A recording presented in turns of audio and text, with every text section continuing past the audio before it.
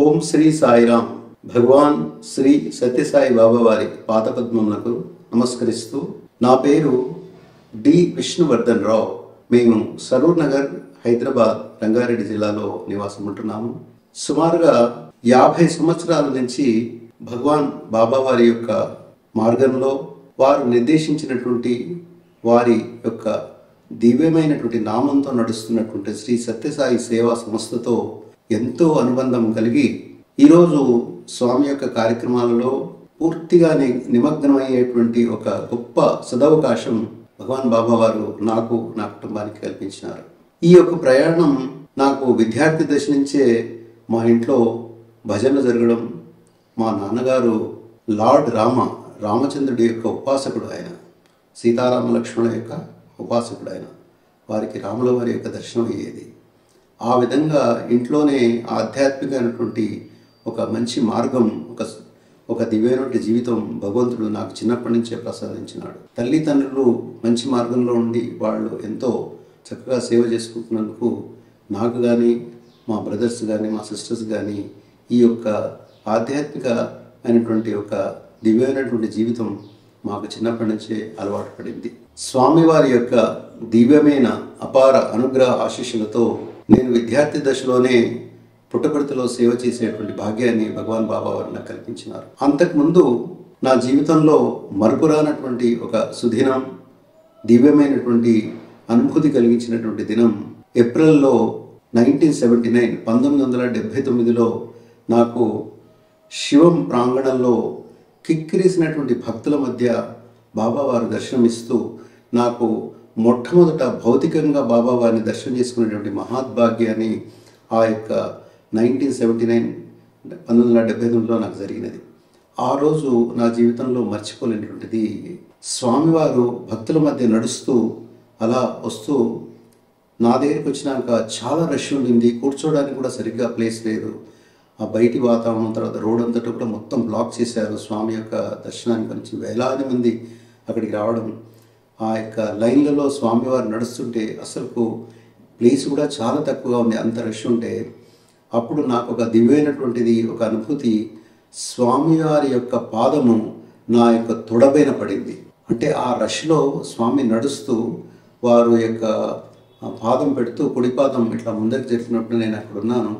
వారి యొక్క పాదము నా యొక్క తొడపైన పూర్తిగా అట్లా పడింది. అదొక నాకు అప్పుడు ఆ అనుభూతి తెలియలేదు. తర్వాత నేను భక్తులతో బాగా, మాకంటే సీనియర్ భక్తులతో ఈ విషయం పంచుకుంటే వాళ్ళు ఎంతో అదృష్టం, నీవు ఎంతో అదృష్టవంతుడు, అది జన్మజన్మల యొక్క నీవు చేసుకున్న పుణ్యం. స్వామివారి యొక్క పాద నమస్కారమే చాలా గొప్పగా అనుకుంటే స్వామివారి యొక్క పాదము నీ యొక్క ఆ విధంగా తొడపైన పడడం అనేది నీకు ఎంతో అనుగ్రహం ఉంది, అది ఆ విధంగా నీకు భావించుకో. ఈ యొక్క దినాన్ని నీవు ఒక చిరస్థాయిగా నీ యొక్క జీవితంలో నిలబెట్టుకో దీనికి అని చెప్పి వారు పెద్దవారు సూచించేశారు. నిజంగా ఆ యొక్క దివ్యమైనటువంటి దర్శనము, స్వామివారి యొక్క అనుగ్రహం నా పైన, మా కుటుంబం పైన, ముఖ్యంగా నాకు ప్రత్యేకంగా, నాకు వ్యక్తిగతంగా స్వామివారి యొక్క అనుగ్రహము ఆ రోజు నుంచి అన్నట్టుగా. తర్వాత నేను సెంట్రల్ యూనివర్సిటీ ఆఫ్ హైదరాబాద్లో MSc అయిపోయింది నాకప్పుడు. తర్వాత నేను విద్యార్థి దశలోనే శివంలో సేవాదళుగా పార్టిసిపేట్ చేయడం, ఎన్నో కార్యక్రమాల్లో భజనలో పార్టిసిపేట్ చేయడం జరిగింది. తర్వాత 1982 అంటే 1982లో మొట్టమొదటిసారి పుట్టపర్తికి వెళ్ళాము. నా యొక్క వివాహం గురించి మా యొక్క అత్తమామలు, మా యొక్క తల్లిదండ్రులందరం కలిసి స్వామిని ప్రార్థించాలని చెప్పి వెళ్ళాము. అప్పటికి నాకు మా మేనమామ గారి కూతురుతోటి సంబంధం ఏర్పడి వాళ్ళు డిసైడ్ చేశారు, పెద్దలు కుదిరించిన యొక్క వివాహం ఇది. అయితే ఆ యొక్క సంఘటన ఎట్లా జరిగిందనేది తర్వాత ఒక విషయం నేను చెప్తాను. అయితే 1982లో వెళ్ళినప్పుడు నేను అప్పటికి ఇంకా ఉద్యోగంలో చేరలేదు, జస్ట్ నా యొక్క చదువు అయిపోయింది. అయితే అప్పుడు వివాహానికని వెళితే స్వామివారు ఏమీ చెప్పలేదు. అయితే నేను అప్పుడు సేవాదులుగా చేరాను. 1982లో వివాహం కాకముందుకే, నా యొక్క ఇంకా ఉద్యోగానికి కాకముందుకే స్టూడెంట్ లైఫ్ అనుకోవచ్చు. అప్పుడు నేను ఫస్ట్ టైం ఒక సేవగా ఒక స్కార్ఫ్ వేసుకొని పుట్టపర్తిలో చేసేటువంటి భాగ్యాన్ని మాకు భగవాన్ బాబా కల్పించారు. తదుపరి అలాగే నేను కంటిన్యూ చేస్తూ 60వ సంవత్సరం జన్మదినానికి ఎంతో వైభవంగా నాకు అక్కడ ఒక మంచి గురుతరమైనటువంటి బాధ్యత ఇవ్వడం, నేను సేవాదళిలో పూర్తిగా నిమగ్నమై స్వామివారి యొక్క సేవ, అలాగే 65వ సంవత్సరం, 70వ సంవత్సరం, 75, 80 అట్లా బాబావారి యొక్క వరుసగా 5 సంవత్సరాలకు జరిగేటువంటి ప్రపంచ మహాసభలు, వరల్డ్ కాన్ఫరెన్స్లు దాంట్లో కూడా నేను చురుకుగా ఒక సేవాదళి మెంబర్గా నాకు ఒక సేవ చేసుకునే భాగ్యాన్ని భగవంతుడు కల్పించాడు. అయితే నా వివాహ సందర్భాన్ని గురించి ఈ సందర్భంగా భక్తులతోటి నేను ఎంతో ఆనందంగా పంచుకోవడానికి నేను చాలా ఇష్టపడేటువంటిది ఏంటంటే, నేను స్వామివారి దర్శనం చేసుకున్న తర్వాత 1979లో మా యొక్క వైఫ్ సంబంధం వాళ్ళ అమ్మాయికి సంబంధాలు చూస్తుంటే, అంటే మా మేనమామ గారు, పెద్దమామ గారు, వారికి 2 సంబంధాలు ఉన్నాయి, 2 ఈక్వల్గా ఉన్నాయి. చెల్లెల యొక్క కొడుకులు, అంటే మా పెద్ద మామ గారికి 2 చెల్లెల యొక్క కొడుకులు రెడీగా ఉన్నారు, నేను దాంట్లో ఒకరిని. అయితే ఎవరికి ఇచ్చినా ఏ చెల్లెలకు కోపం వస్తుందో, మళ్ళీ ఏమైనా మనస్పృతులు వస్తాయని వాళ్ళు చాలా కొంచెం సంశయంలో ఉంటే, పుట్టపర్తిలో మా మిస్సెస్ వాళ్ళ యొక్క అమ్మమ్మ, తర్వాత వారి అన్న డాక్టర్ రమేష్ ఇంటర్వ్యూకి వెళ్ళి, వాళ్ళ మదర్ కూడా ఉంది ఆ ఇంటర్వ్యూలో. అయితే వాళ్ళు వెళ్ళిన కారణం ఏంటంటే, వాళ్ళ డాక్టర్ రమేష్ పెద్ద కొడుకు ఉపనయనం చేయాలి అనేటువంటి ఉద్దేశంతో పుట్టపర్తికి వెళ్ళారు. స్వామివారు ఎంత ఆ యొక్క కరుణామూర్తి అంటే, అమ్మాయికి వివాహం చేయారా మీరు అంటే, మా వైఫ్ కూడా అక్కడ ఇంటర్వ్యూలో లేదు. ఎవరెవరు ఉన్నారంటే, వాళ్ళ తల్లి ఉంది, వాళ్ళ బ్రదర్ ఉన్నారు, వాళ్ళ అమ్మమ్మ ఉంది, మా వైఫ్ లేదు ఆ ఇంటర్వ్యూలో. అయితే అమ్మాయి ఉంది కదా పెళ్ళికి, మరి అమ్మాయికి పెళ్లి చేయరా అంటే, మా అత్తగారు, స్వామి మాకు 2 సంబంధాలు ఉన్నాయి, ఏ సంబంధం చేస్తే మరి ఎట్లా ఉంటుందో తెలియదు, మేము ఎవరి దగ్గరికి వెళ్ళి అడగాలని మాకు కొంచెం సంశయంగా ఉంది. మా వారికి 2 చెల్లెళ్ళని అవుతారు, వాళ్ళ అబ్బాయిలు 2 ఉన్నారంటే, స్వామి ఒక మంచి విషయం చెప్పారు. మీరు ఎప్పుడు ప్రతిసారి వ్రతం చేస్తారు కదా, వ్రతం చేయండి, అప్పుడు ఆ అబ్బాయి మీ ఇంటికి వస్తాడు అనేది ఒక చిన్న సూచన చేశారు అక్కడ. వాళ్ళకు ఇది ఒక బ్లెస్సింగ్ లాగా అనిపించింది. మామూలుగా ప్రతి సంవత్సరం వ్రతం చేసినట్టే వాళ్ళు ఆ సంవత్సరం కూడా వ్రతం చేశారు. ఎప్పుడు వెళ్ళినటువంటి వాడిని, అంటే కొంచెం మా మేనమావాలంటే మాకు కొంచెం భయంగా ఉండేది, అంటే చాలా డిసిప్లిన్గా క్రమశిక్షణగా పెంచేవాళ్ళు ఉన్నాను. అయితే అనుకోకుండా ఆ యొక్క వ్రతం చేసినప్పుడు మా అమ్మ నన్ను బలవంతం చేసి, అరే మామయ్య వాళ్ళ ఇంట్లో వ్రతం జరుగుతుంది, నీవు రావాలి అంటే, అమ్మ వద్దు నాకు సిగ్గేస్తుంది, వద్దమ్మా అని అంటే, లేదు నీ ఈసారి పర్వాలేదు ఒకరోజు వచ్చేసి వెళ్ళిపోని. అనుకోనేటువంటి సంఘటనలో నేను మా అమ్మగారు ఆ వ్రతంలో పాల్గొనడం జరిగిందంటే, మా మేనమామ గారి ఇంటికి వెళ్ళాం. కేతేపల్లి అది పక్కనే ఉంటుంది, కొల్లాపూర్కు పక్కనే ఉంటుంది కేతేపల్లి. నేను ఆ యొక్క వ్రతానికి రావడం అనేది బాబా వారు చెప్పినటువంటి సంఘటనకు 2 అక్కడ మ్యాచ్ అయ్యాయి. వారు అనుకున్నారు, ఓహో ఈ అబ్బాయి వచ్చాడు కాబట్టి ఈ సంబంధాన్ని మనం ఖరారు చేసుకోవాలి అని చెప్పి వెంటనే వాళ్ళు ఏమాత్రం కూడా ఆలస్యం చేయకుండా వాళ్ళు మా పేరెంట్స్, మా అమ్మ నాన్న వచ్చి అడిగి, మేము మీ అబ్బాయికి మా 2వ అమ్మాయిని చేసుకోవాలనుకుంటున్నామంటే, మా అమ్మగారు కూడా చాలా సంతోషపడింది, మా నాన్నగారు కూడా చాలా సంతోషపడ్డారు.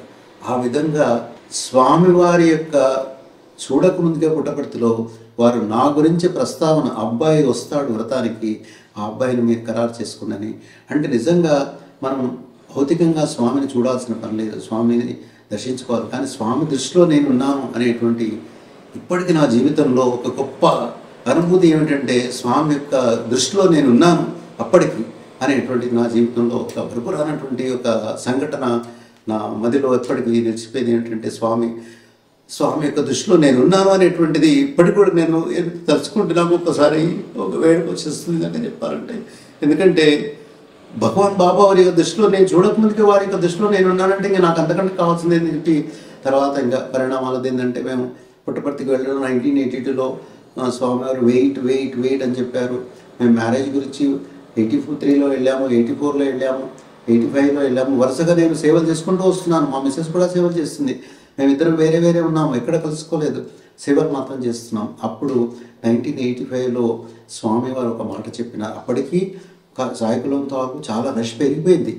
ఆ పాత సాయికులం కాలం కంటే ముందు చెప్తున్నా, చాలా రష్ పెరిగిపోయింది.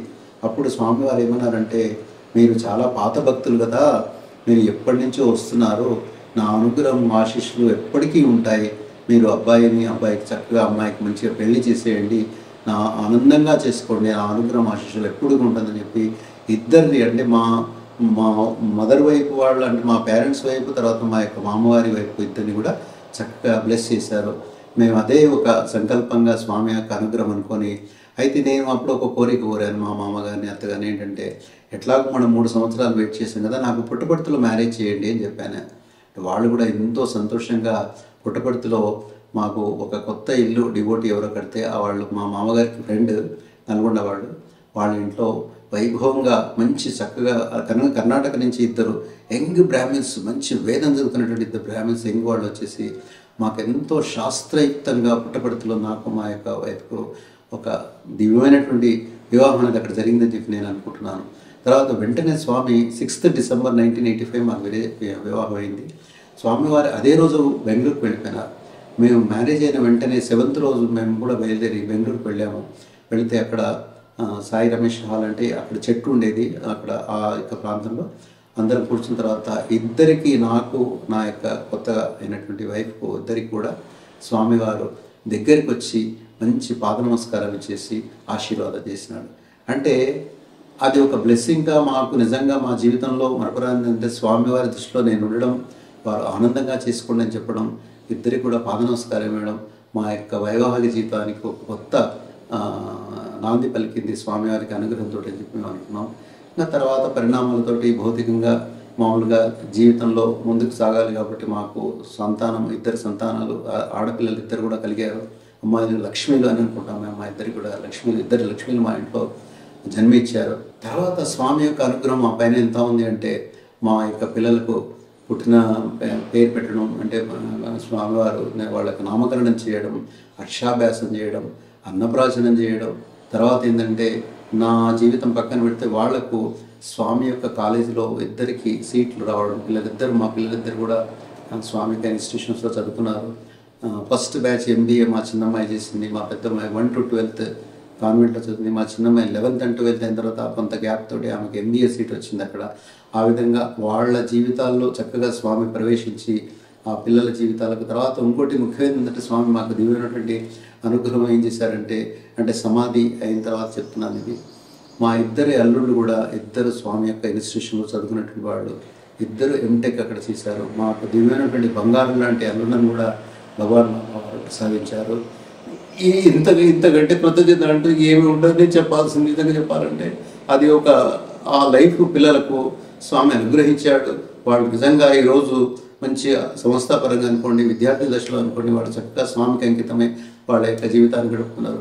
ఇంకా నా వ్యక్తిగత జీవితానికి వస్తే, నేను 1982 నుంచి నా యొక్క ఆర్గనైజేషన్ లైఫ్ స్టార్ట్ అయింది కదా. ఇంకా నేను పూర్తిగా స్వామికి అంకితమై నేను ONGCలో జాబ్ చేసేవాడిని. కానీ నా యొక్క పేరెంట్స్ గురించి, తర్వాత నేను కొత్తగా చేసుకున్న భార్య గురించి, అక్కడ ఒక సిస్టమ్ ఉండేది బాంబేలో, తర్వాత అస్సాంలో 14 పనిచేస్తే 14 ఇంటికి వచ్చేటువంటి ఒక అవకాశం కల్పించారు గవర్నమెంట్ ఆఫ్ ఇండియా వాళ్ళు. నేను వెంటనే ఆ సిస్టమ్ కాప్ చేసి తల్లిదండ్రులకు దూరంగా ఉండకూడదు, భార్య నాతో వచ్చేటువంటి అవకాశం లేదు కాబట్టి నేను ఆ సిస్టమ్ కాప్ చేసేసి 14 రోజులు 2 weeks డ్యూటీ చేస్తే 2 weeks నేను ఇంటికి వచ్చేవాడిని. కొల్లాపూర్లోనే మేము కాపురం పెట్టాము. మాకు సంతానం కూడా అక్కడే కలిగింది. ఆ విధంగా పిల్లల జీవితం పట్ల ఉంటే నేను సంస్థాపరంగా అక్కడ నాకు స్వామివారి దివ్యమైనటువంటి గృహం ఏంటంటే, కొల్లాపూర్లో సుమారుగా 9 నుంచి 10 సంవత్సరాలు నేను సమితి కన్వీనర్గా ఉండేటువంటి బాధ్యతలు నాకు చెప్పారు. నేను 14 రోజులే ఉండేవాడిని నెలలో, ప్రతి నెలలో 14 రోజులే. కానీ ఆ సంస్థ సభ్యులంతా కూడా మీరు మంచి సేవలు చేసేటువంటి అవకాశం ఉంది మీకు, చిన్న వయసు వారు అని చెప్పి నాకు, నేను 29-30 yearsలోనే నేను సమితి కన్వీనర్గా చేసి 10 ఏళ్ళు నాకు సమితి కన్వీనర్గా బాధ్యతలు భగవాన్ బాబా వారు ఇచ్చారు. ఆ సమితి కన్వీనర్గా ఉన్నప్పుడు ఎన్నో కార్యక్రమాలు, బెలడోనా అని చెప్పి అప్పుడు మెదడు వ్యాపు చాలా ఉంటే, అప్పుడు నేను చిన్న వయసులో ఉన్నాను కాబట్టి గట్లు చెట్లు అంతా తిరిగేసి ఎక్కడెక్కడో గుట్టల్లో, సోమశిల గుట్టల్లో పెద్ద పెద్ద పైకి ఎక్కేసి వెళ్ళేసి మెదడు వ్యాధి ఆ బెలడోనా మందు వేయడం నా టీం తోటి, తర్వాత గ్రామాల సేవలు చేయడం, తర్వాత అక్కడ విశిష్టమైన కార్యక్రమాలు ఉంటే ఒక మాధవ స్వామి టెంపుల్ అనే పెద్ద టెంపుల్ ఉంటే అక్కడ ఆ పట్టణంలోని అన్ని పార్టీల వాళ్ళు, తెలుగుదేశం వాళ్ళు, కాంగ్రెస్ వాళ్ళు, మిగతా వాళ్ళంతా అన్ని పార్టీలను ఏకం చేసి ఒక పెద్ద మహాయజ్ఞం చేయించాను సమితి కన్వీనర్గా.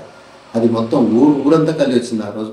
అంటే ఈ పార్టీలు ఇవన్నీ కూడా భగవంతునికి అతీతమైనవి, భగవంతుని యొక్క తత్వం అనేది వీటన్నిటికి అతీతమైనది. మనం ఎప్పటికైనా మానవ జన్మ ఎత్తిన తర్వాత భగవంతుడి సేవలో ఉండాలి, భగవంతుని గుర్తించాలనే విషయాన్ని తెలియజేసేటువంటిది ఆ యజ్ఞం ద్వారా. అక్కడ అన్ని వాళ్ళని తీసుకొచ్చి ఆ పెద్ద యజ్ఞం చేయడం, ఆ యొక్క ఊర్లో సత్యసాయి సేవా సమితి యొక్క ఉనికిని మనం చాటడం.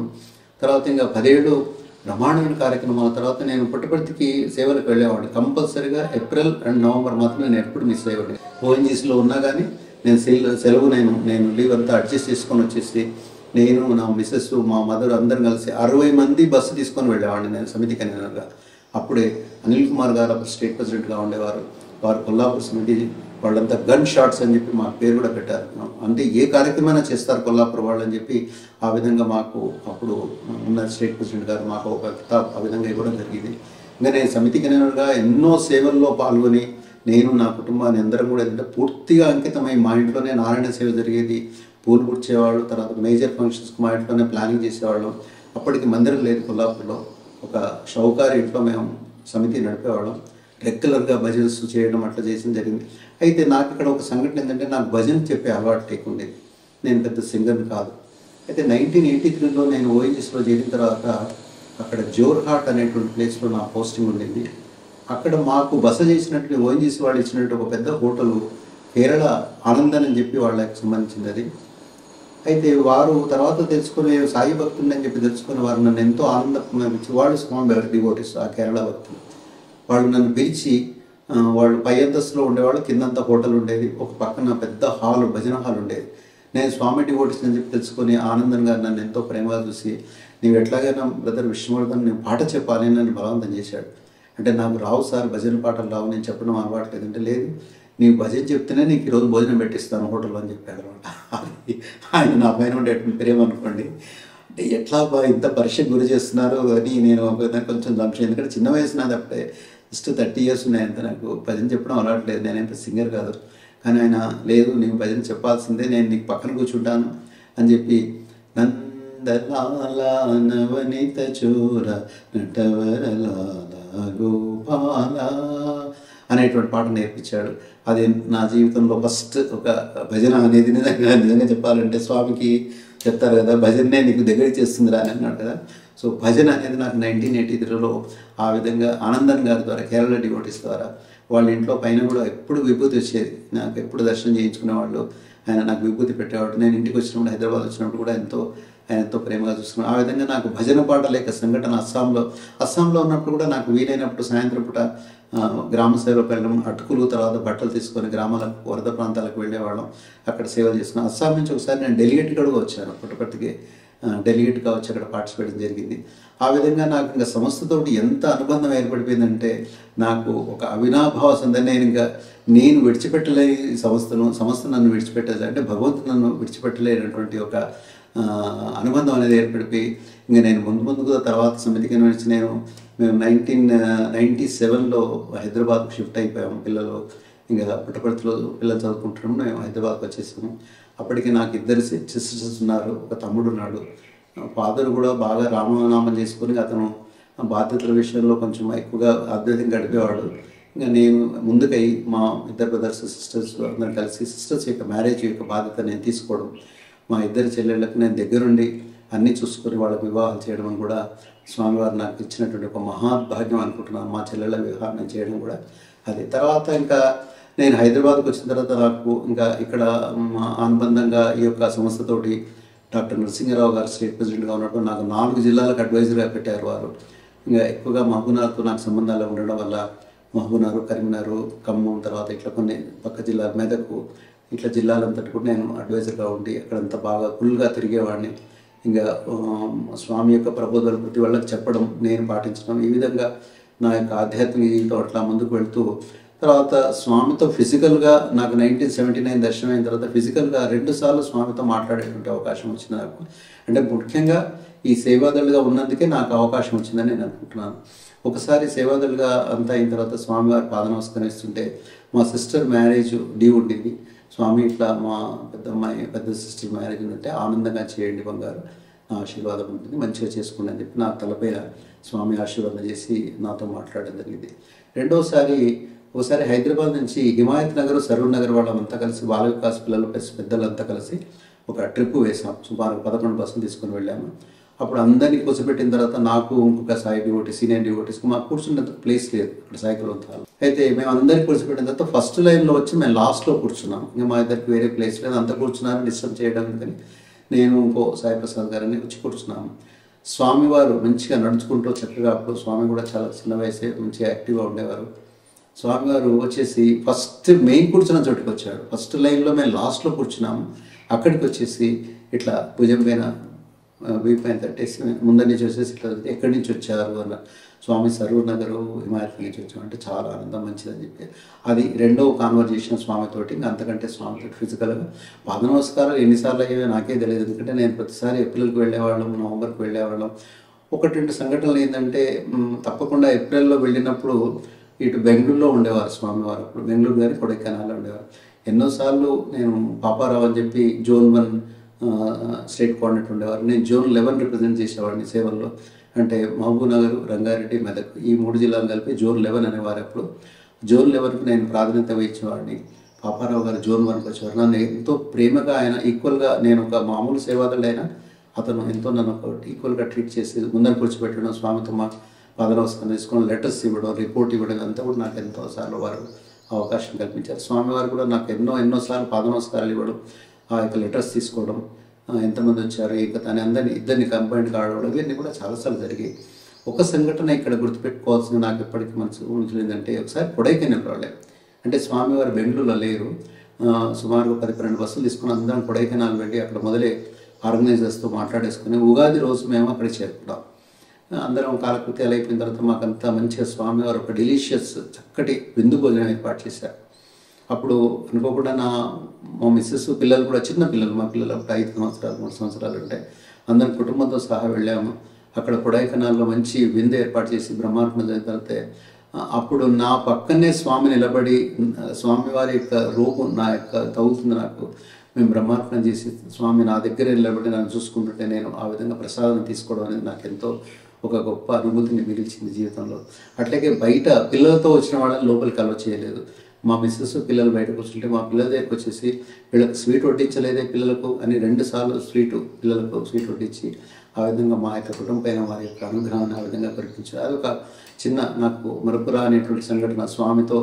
స్వామి చూసుకుంటూ బ్రహ్మార్పణం చేసి స్వామితో అక్కడ అనుబంధంగా ఒక విందు భోజనం చేయడం అనేది కొడైకెనాల్లో నాకు మిగిల్చినట్టు.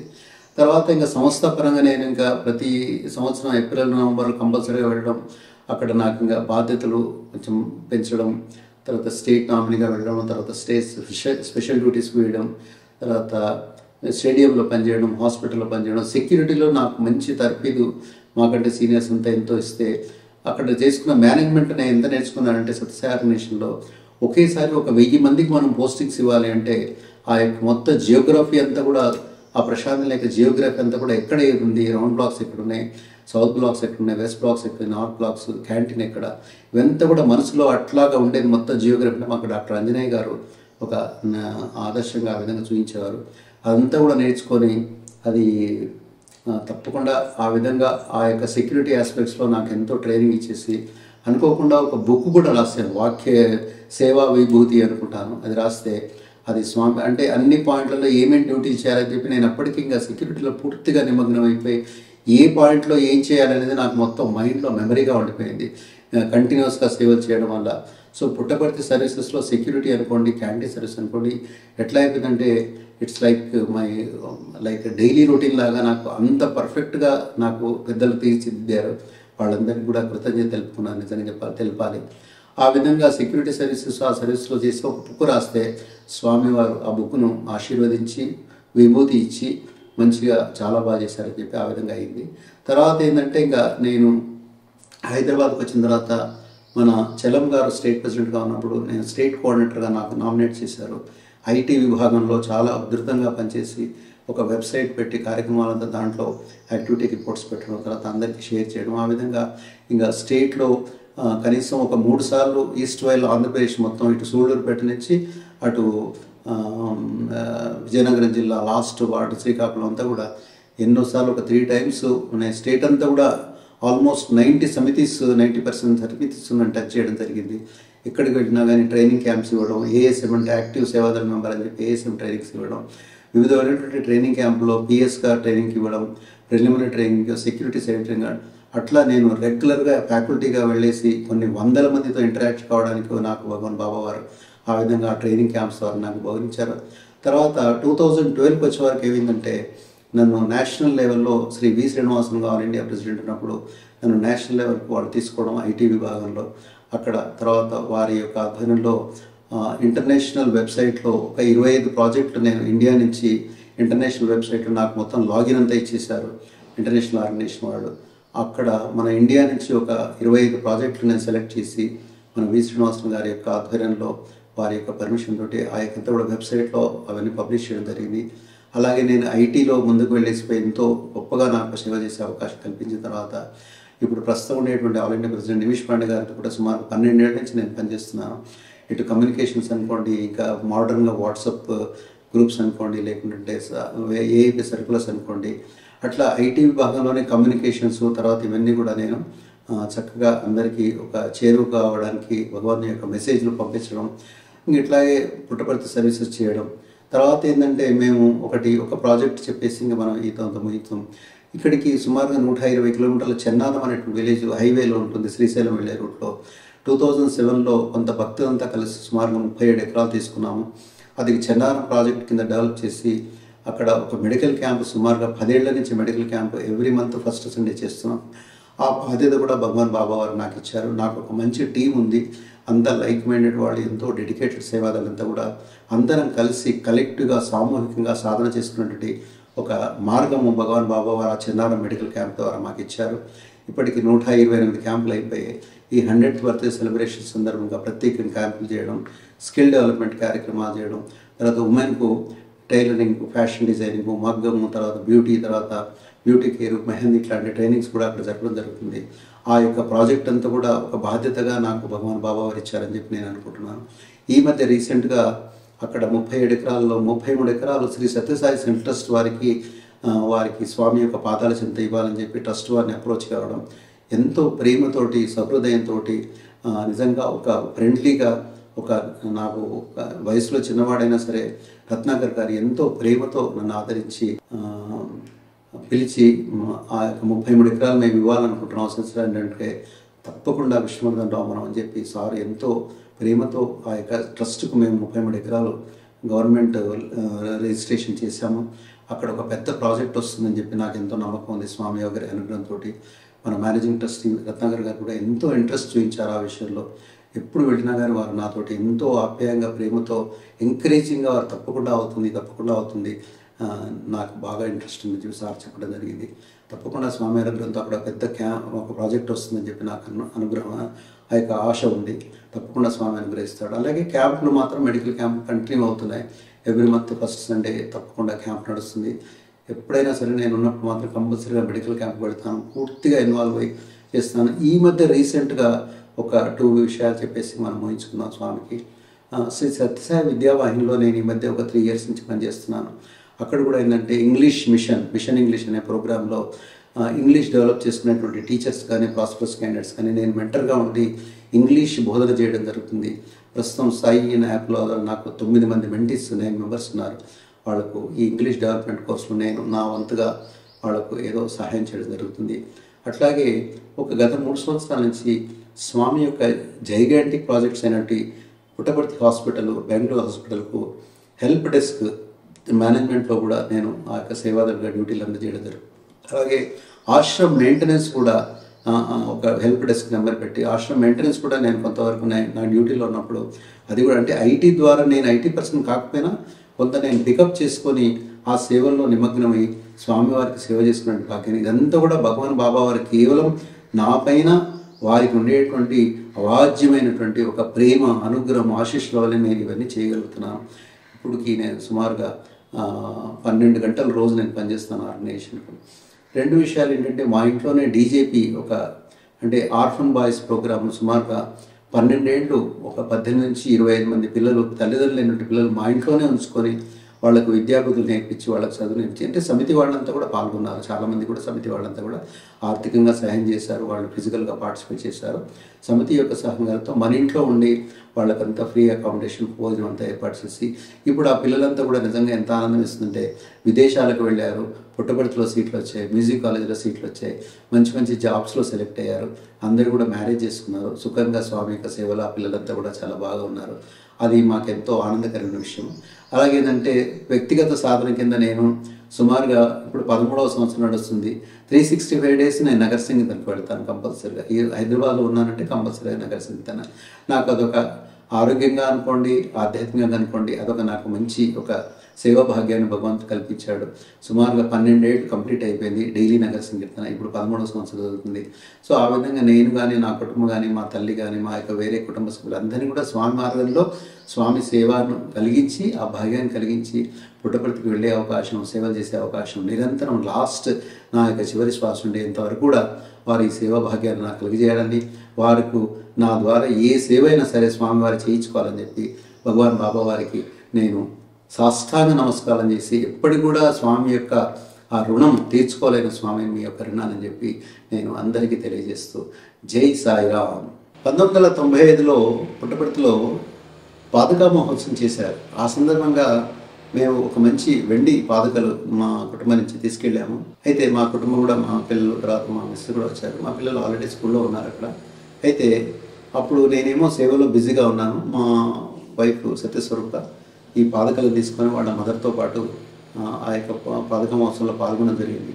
అయితే మాకు స్వామివారు సహకరించి వారు ఎంతో అనుగ్రహంతో ఈ పాదుకలు వారు తొడుకొని మాకు అనుగ్రహం అనేది ప్రసాదించారు. ఈరోజు మా ఇంట్లో ఈ పాదుకలు స్వామివారు ఉన్నారు, వారు పాదుకలు మా ఇంట్లోనే ఉన్నాయి, వారు నడయాడుతున్నారంటే ఒక విశ్వాసం మాకు ఈ యొక్క పాదుకల ద్వారా మాకు ఒక ఆశీర్వాదం లభించిందని చెప్పి మేము అనుకుంటున్నాము.